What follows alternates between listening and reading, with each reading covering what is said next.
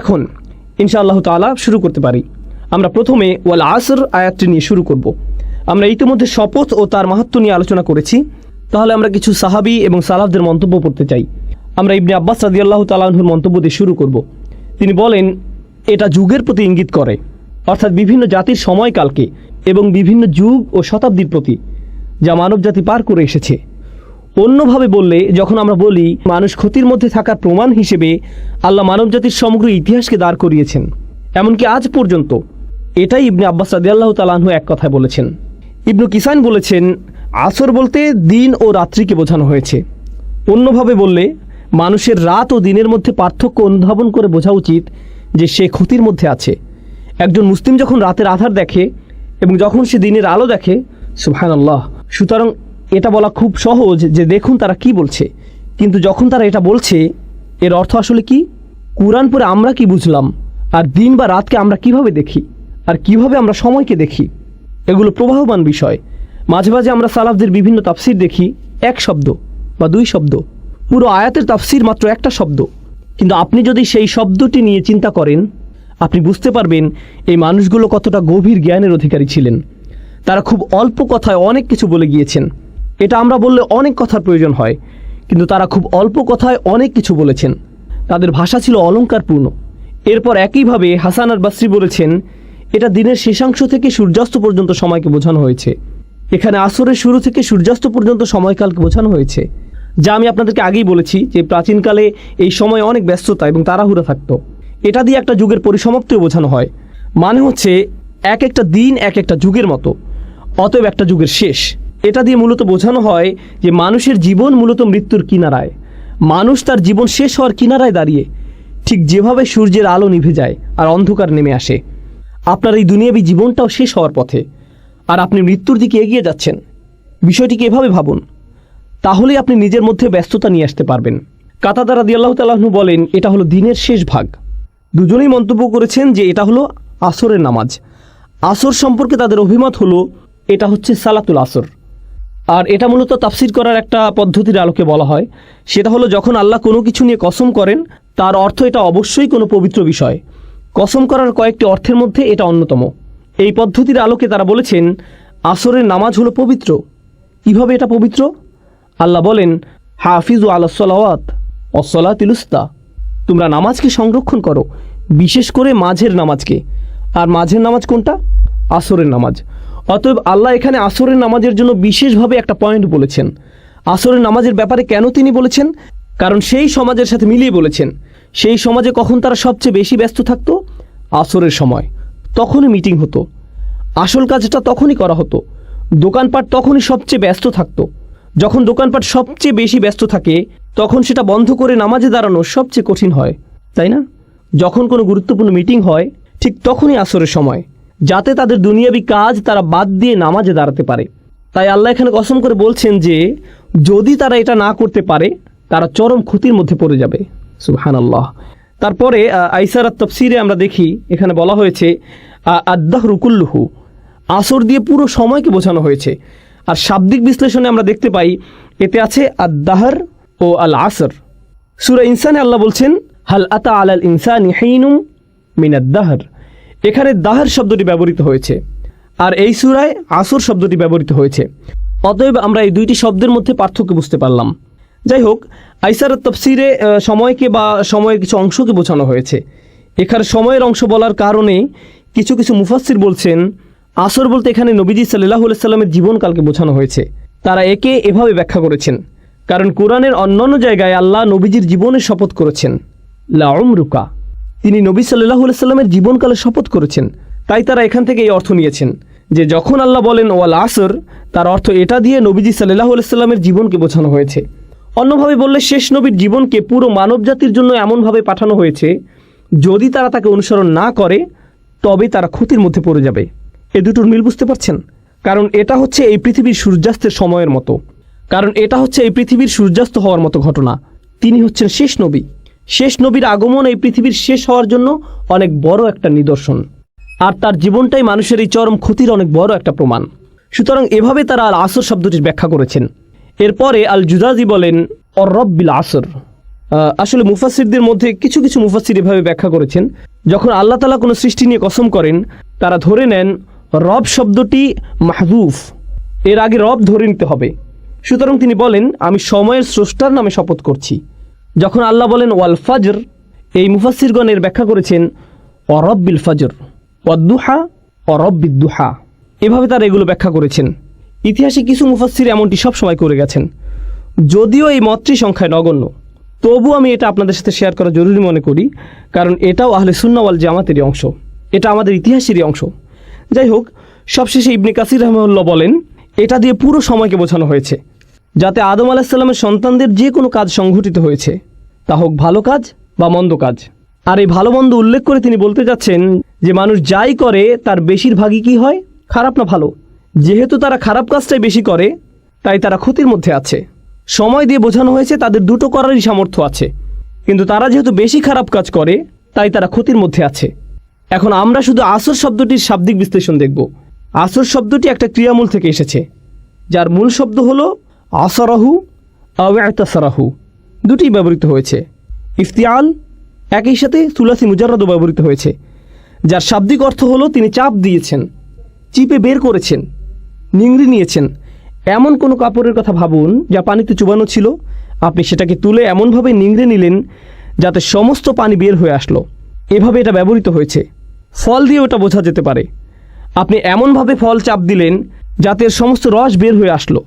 আরবিতে রস বলা হয় আসিরকে, আর এর ক্রিয়ামূল হলো ইতাসারাহু।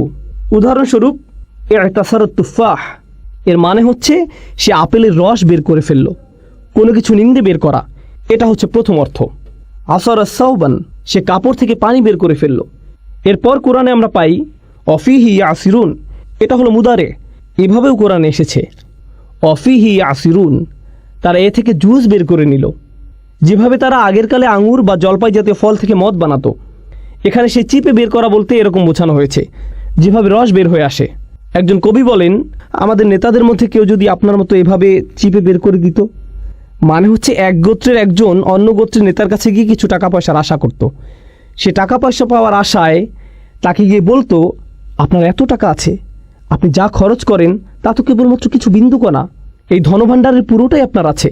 আমার আশা আমাদের নেতারাও আপনার মতো এভাবে টাকা খরচ করত, যদি আমরা তার কিছু বিন্দুকণা উপভোগ করতে পারতাম। আসলে সে তাকে প্রশংসা করত যাতে সে কিছু টাকা পেতে পারে। এটাই কাব্যের বৈশিষ্ট্য। এই কবিতাগুলো পড়ার সুবিধা হচ্ছে এ থেকে আপনি তৎকালীন আরবের ভাষার ব্যবহার সম্পর্কে ধারণা পাবেন। এতে আমরা বুঝতে পারবো আল্লাহ তৎকালীন আরবের মানুষের সাথে কি ভাষায় কথা বলেছেন, কারণ এটাই তাদের ভাষা, এই ভাষাতেই তারা কথা বলে। এরপরে আমরা দেখি আসরাত শব্দের ব্যবহার। প্রাচীন আরবের একটা চমৎকার শব্দ, এটা এমন নারীকে বোঝাতে ব্যবহৃত হয়েছে যে তার পূর্ণ যৌবনে পা দিয়েছে, কেউ তার যৌবনের শেষ অবস্থায় পড়েছে, তখনই আসরাত স্ত্রীবাচক শব্দ ব্যবহৃত হয়েছে। অথবা এমন মেয়ের ক্ষেত্রে যে প্রাপ্তবয়স্ক হয়েছে, তখনও আসরাত শব্দের ব্যবহার হয়েছে। এখানে আমরা পাই মেঘেরা এমন অবস্থায় পৌঁছেছে যাতে বাতাস এসে তাদের নিংড়ে দিয়ে যায়। এটা একটা ছবির মতো ভাষা। মেঘগুলো কাপড়ের সাথে তুলনা করা হয়েছে, যা এমনভাবে চিপড়ানো হয় যাতে বৃষ্টি ঝরে পড়ে। কোরআনেও আমরা এই শব্দের ব্যবহার দেখতে পাই। ও আনজালনা মিনাল মুসিরাতি, একই শব্দ। ও আনজালনা মিনাল মুসিরাতি মা আনসাজ্জাজা, একই মূল শব্দ ব্যবহৃত হয়েছে। আমরা মেঘমালা সৃষ্টি করেছি যা নিংড়ে বের করা হয়, অর্থাৎ বাতাসে এরা একে অপরের সাথে ধাক্কা খায়, এভাবে এগুলো চাপ খায় এবং বৃষ্টি পড়ে। এই আয়াতে এরকম চিত্র আমরা দেখতে পাই। আমি আপনাদের আগেও বলেছি, আমি এখন বলছি এটা কোথা থেকে এসেছে। শরহে শাফিতে শিহাব লিখেছেন আসর হচ্ছে এমন একটা সময়কাল যখন কেউ মারা যায়, অথবা এমন সময়কাল যা ইতিহাসে দেখা যায় যখন কোনো জাতি বিলুপ্ত হয়, যখন কোনো জাতি ধ্বংস হয়। এটা আমি আপনাদেরকে শুরুতে বলেছিলাম। এমন সময় যখন তাড়াহুড়া করা হয়, কিংবা এমন সময় যাতে মানব জাতির করুণ পরিণতি ঘটে। আসরের সাথে এই দুটি অর্থই সম্পৃক্ত। পরিশেষে আমরা আরও কিছু দেখি, যেমন মা ফাআলতুহু আসরান, এটা বলতে বোঝানো হয় আমার কাজটি যখন করা উচিত ছিল আমি তখন করিনি। সুতরাং আসর হচ্ছে এমন সময় যাতে আপনার কোনো কিছু করা উচিত। সূরা আসরে এটা যেভাবে প্রয়োগ করা হয়েছে সেটা আমরা এভাবে বুঝতে পারি, ওয়াল আসর ইন্নাল ইনসানা লাফি খুসর, মানুষ নিঃসন্দেহে ক্ষতির মধ্যে আছে। আর এর পরিবর্তনের সময়টি হচ্ছে এখন, এই মুহূর্তে এটা পরিবর্তন করা উচিত। আসর শব্দের এটা একটা মাহাত্ম্য। একইভাবে এমন সময় এসেছে যখন তার আসার কথা নয়, যখন তার আসার কথা নয়, এমন সময় যখন তার আসার কথা নয়? এগুলো হচ্ছে শুধুমাত্র আসর শব্দের অর্থ। আমাদেরকে সময়ের প্রতি গুরুত্ব দেওয়ার কথা বলা হয়েছে, যা প্রতি মুহূর্তে আমাদের কাছ থেকে হারিয়ে যাচ্ছে। মুফাসসিরদের বিভিন্ন মন্তব্যের সূক্ষ্ম ব্যবহার বা ব্যাকরণগত পর্যালোচনা আমাদের কাছে কিছুটা কঠিন লাগতে পারে, কিন্তু আসুন আমরা ভেবে দেখি এটা কিভাবে আমাদের কাজে লাগতে পারে। আমাদের দিনে 24 ঘন্টা সময় আছে। এর মধ্যে কয় ঘন্টা আমরা ঘুমিয়ে কাটাই, কয় ঘন্টা আমরা কাজ করি, কয় ঘন্টা আমরা দুনিয়ায় সঞ্চয়ের কাজে ব্যবহার করি, হয়তো দুনিয়ার বিল পরিশোধ করার কাজে, কিন্তু কয় ঘন্টা আমরা আখিরাতের বিল পরিশোধ করার কাজে ব্যবহার করি, কয় ঘন্টা আমরা আল্লাহর হিসাব নিকাশের সামনে দাঁড়ানোর জন্য নিজেদের প্রস্তুত করি। এখানে বাৎসরিক একটা হিসেব আপনাকে দিতে হবে, কিন্তু আসল হিসাব সামনে আসছে, যেখানে আমাদের প্রত্যেকটি কাজের হিসাব আমাদের দিতে হবে। আমি এটা সবসময় বলে থাকি। এই সূরা আসর শব্দটির ব্যবহারের তাৎপর্য হলো, এখানে একটা দিনের অংশ বোঝানো হয়েছে। আল্লাহ আমাদেরকে আমাদের পুরো জীবনকে তুলে ধরেছেন, যদিও এটা কেবলমাত্র একটা দিন, মাত্র একদিন।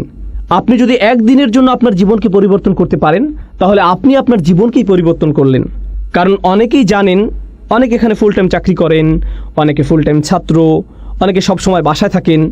এই দিনগুলো প্রায় একই রকম হয়ে থাকে, একই কাজ, একই রুটিন, একই কাজ বারবার করতে হয়। তাহলে আপনি যদি আপনার দিনের একটা অংশকে পরিবর্তন করতে পারেন, আপনি আসলে আপনার জীবনের একটা অংশকে পরিবর্তন করলেন। আপনি আপনার জীবনের অংশই পরিবর্তন করলেন, আর এই পরিবর্তন করার সময়টা চলে যাচ্ছে। আমি আপনাদের একটা পরামর্শ দেব, এটা তাফসির নয়, বরং আমার নিজের পরামর্শ। তা হলো, রমজানে আমরা আমাদের পরিবর্তন করি, আমরা ঈদের সময় বিভিন্ন পরিবর্তন আনি, আমরা বিশেষ কোনো অনুষ্ঠানে আমরা আমাদের নিত্যকার রুটিনের পরিবর্তন আনি, হয়তো পরিবারের কোনো সদস্যদের মৃত্যুতে, হয়তো সন্তান জন্মের উপলক্ষে, ইত্যাদি কারণে আমরা এই পরিবর্তনগুলো আনি। এরপরে আমরা আবার আমাদের রুটিনে ফিরে যাই, কারণ আমাদের কোনো তাড়াহুড়া কাজ করে না। আপনি দেখবেন, আপনি কখনো বলবেন না, আমি আগে ঠিক 9টায় কাজে যেতাম, আমি এভাবে কিছুদিন গিয়েছি, কিন্তু এখন আমি কিছুটা অলস হয়ে পড়েছি, এখন আমি 10টায় বা 11টায় যাই। আপনি এমন বলবেন না, কারণ আপনি জানেন যে আপনি তাহলে বরখাস্ত হবেন। আপনি জানেন যে আপনাকে সেখানে সময় মতো থাকতেই হবে। আসলে আপনি নিজেকে এমনভাবে তৈরি করেছেন যেখানে আপনাকে সময় মতো থাকতেই হবে। আপনার প্রতিদিন সেখানে সময় মতো উপস্থিত হওয়া ছাড়া কোনো উপায় নেই, এছাড়া আপনার কোনো পথ নেই। এভাবে ভাবার কারণে আপনার ধারাবাহিকতা ধরে রাখা সহজ হয়েছে। এখন আর এটা তেমন কোনো কঠিন বিষয় নয়, আপনাকে এটা করতেই হবে। এই নিয়ে দুইবার ভাবার প্রয়োজনও নেই। কেউ আপনাকে হয়তো বলল, ভাই তুমি এটা কিভাবে পারো? আমাকে এটা করতেই হবে। কিভাবে পারি জানি না, আমাকে শুধু এটা এভাবেই করতে হয়। আমরা যদি সত্যিকার অর্থে বিশ্বাস করি, যেভাবে আমরা বিশ্বাস করি যে আমরা যদি সময় মতো উপস্থিত হতে না পারি তাহলে আমরা চাকরি হারাবো, আমরা যদি সত্যি সত্যি বিশ্বাস করি আমরা একটা ক্ষতির দিকে এগিয়ে যাচ্ছি, আর এখানে এমন কিছু আচরণ আছে যা আমাদের মধ্যে আনতে হবে, যেমন নামাজে নিয়মিত হওয়া, উদাহরণস্বরূপ খারাপ কাজ থেকে বিরত থাকা। যদি আমরা সত্যিই বিশ্বাস করি যে আমাদের আচরণের পরিবর্তন না হয় তাহলে আমরা ক্ষতির মধ্যে পড়ে যাব, যেভাবে আমরা চাকরি হারাই। আপনি দেখবেন, কোনো ইমিগ্রেশন অ্যাপয়েন্টমেন্টের জন্য মানুষ দেরি করে না, সেখানে মানুষ 2 ঘন্টা আগে গিয়ে বসে থাকে। তারা হয়তো আগের রাত থেকে প্রস্তুতি নিয়ে বসে থাকে, কারণ হয়তো সেখানে ভোরে 6টায় যেতে হবে, তাই হয়তো সে রাতে ঘুমাবেও না, সে আগে আগে যাবে, কারণ সে নিজেকে জানে সে যদি দেরি করে তাহলে সে ক্ষতির মধ্যে পড়ে যাবে।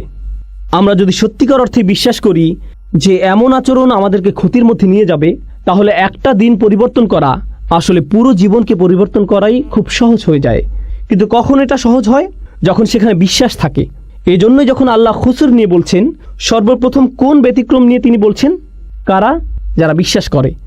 এটা কিন্তু সাধারণভাবে বলা নয়, আচ্ছা যারা বিশ্বাস করলো তারা বেঁচে গেল, না। আমরা এখানে এমন সাধারণ বিশ্বাসের কথা বলছি না, এটা হচ্ছে সত্যিকার গভীর আস্থা। আমি যা করছি তা সরাসরি আমার সফলতার সাথে যুক্ত, সরাসরি আমার ব্যর্থতার সাথে যুক্ত।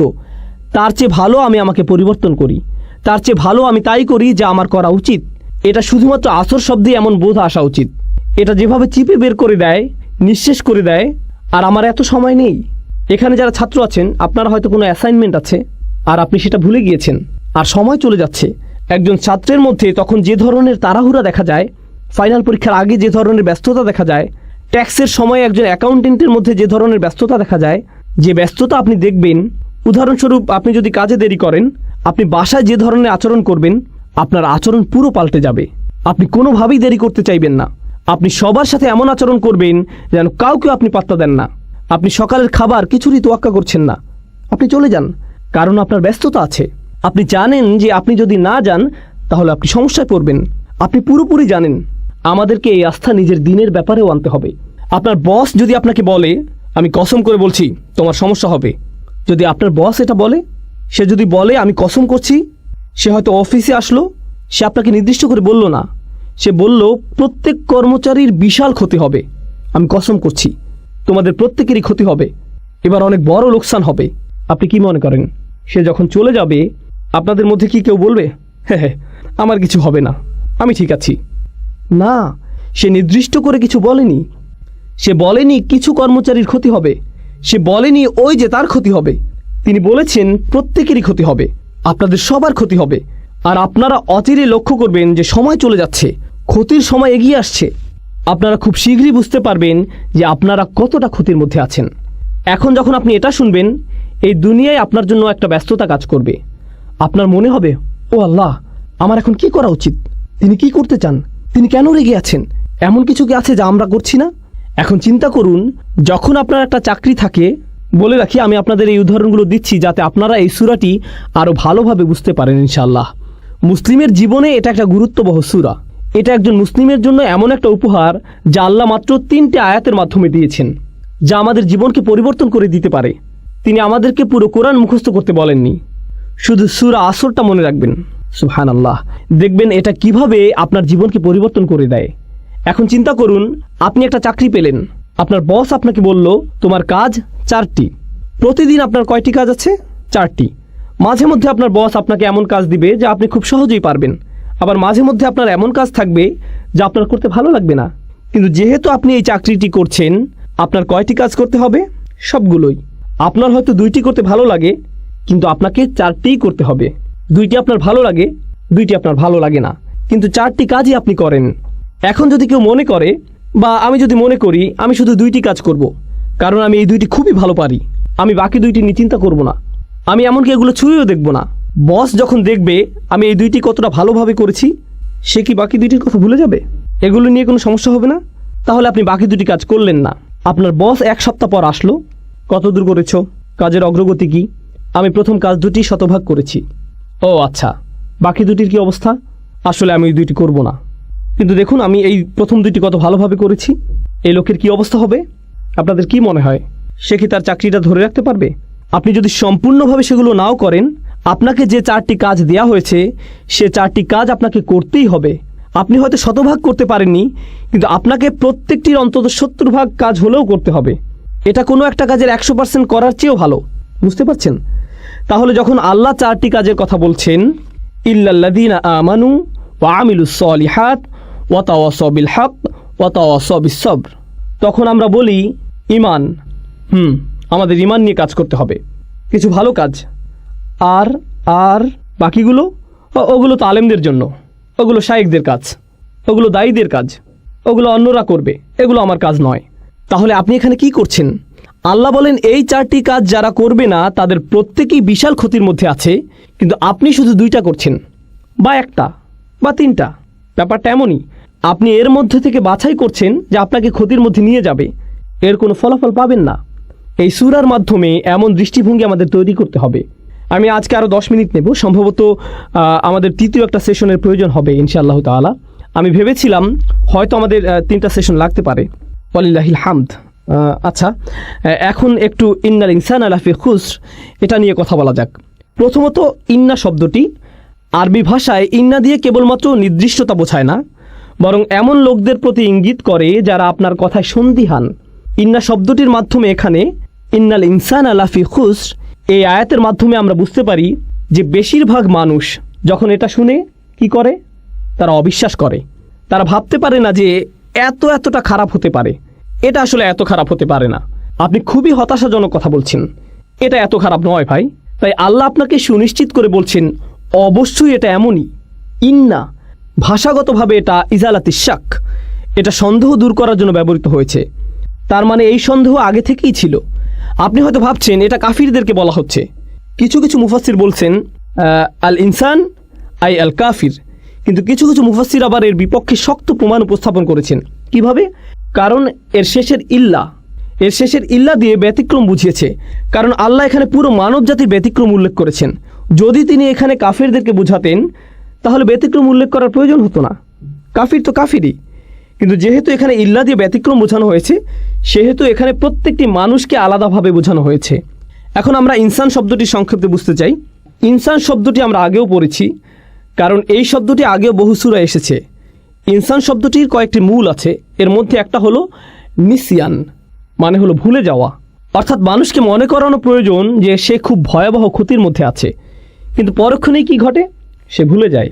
আপনি খুতবা শুনেন, আপনাকে স্মরণ করানো হয়, আপনার চিন্তা আসে আর আপনি ভাবেন ভাই আমার কাজের ব্যাপারে সচেতন হওয়া প্রয়োজন। আর যখন আপনি মসজিদের পার্কিংয়ে হয়তো কোনো গাড়ি দেখলেন, আপনি সব ভুলে গেলেন। ইনসান, আল্লাহ মানুষকে এই পৃথিবীতে পাঠানোর আগে এই মানুষের ব্যাপারে এটা বলে দিয়েছেন, আলাস্তু বিরব্বিকুম ক্বালু বালা শাহিদনা। সূরা আরাফে তিনি বলেন, আমি কি তোমাদের প্রভু নই? আমরা বলেছিলাম হ্যাঁ অবশ্যই আপনি আমাদের প্রভু, আমরাই এর সাক্ষী। আমরা পৃথিবীতে আসার আগেই আল্লাহকে এই সাক্ষী দিয়ে এসেছি যে তিনি আমাদের প্রভু। আর এখন আমরা ভুলে গিয়েছি, আমাদের মনে নেই। আমরা লা ইলাহা ইল্লাল্লাহ বলার গুরুত্ব হারিয়ে ফেলেছি। মুহাম্মদ রাসূলুল্লাহ সাল্লাল্লাহু আলাইহি সাল্লাম এই বলার শক্তি হারিয়ে ফেলেছি, আমরা ভুলেই গেছি। সুতরাং ইনসান শব্দটি এখানে ফার্দদের সমর্থক হিসেবে এসেছে, আলাদা ব্যক্তি। আর নাফস লোকটি, কিছু শব্দ আছে যেগুলো সমর্থক, আল বাশার মানুষ, আর নাস, কিন্তু এখানে এসেছে ইনসান। এর দুইটা তাৎপর্য আছে, একটা হলো আমাদের ভুলে যাওয়ার প্রতি ইঙ্গিত, আর দ্বিতীয় হলো ইনসান শব্দটি দিয়ে আলাদা ব্যক্তি বোঝায়, যা হলো ইসমে জিন্স।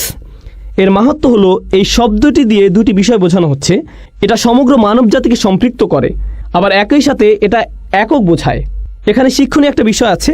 ইনসান শব্দটির ব্যাপারে ছোট একটা বিষয় বলে আজকে শেষ করবো ইনশাআল্লাহ। তা হচ্ছে দায়িত্বের ব্যাপ্তি নিয়ে। মনোবিজ্ঞানে দায়িত্বের ব্যাপ্তি বলে একটা কথা আছে। এখানে যারা আছেন আমি আপনাদের সহজ করে বাড়ির উদাহরণ বা একটা ক্লাসরুমের উদাহরণ দিব। আমার বাসায় আমার বাচ্চারা আছে, আলহামদুলিল্লাহ আমার 5 জন সন্তান আছে। তারা সারা বাড়ি ছুটাছুটি করে। আমি যখন বাসা থেকে বের হয়ে যাই, তখন যদি বলি দুষ্টুমি করো না, এটা বলে যদি দরজা বন্ধ করে দিই, আমি শুধু বললাম দুষ্টুমি করো না, তারা কি দুষ্টুমি করবে না? করবে। এটাই হচ্ছে দায়িত্বের ব্যাপ্তি। কিন্তু আমি দরজা খুলে যদি বলি হুসনা তোমার বোনকে জ্বালাবে না, ওয়ালিয়া দেয়ালে আঁকবে না, হুদা চিৎকার করবে না, আহমেদ ঘুমাতে যাও, আমি যদি নির্দিষ্ট করে বলি, তাহলে কি তারা তাদের দায়িত্বের ব্যাপারে বেশি সচেতন হবে না? অবশ্যই। যদি আমি সাধারণভাবে বলি তাহলে কি হবে? এটা নিশ্চয়ই অন্য কারো ব্যাপারে বলছে, তাহলে আমি ঠিক আছি। বুঝতে পারছেন?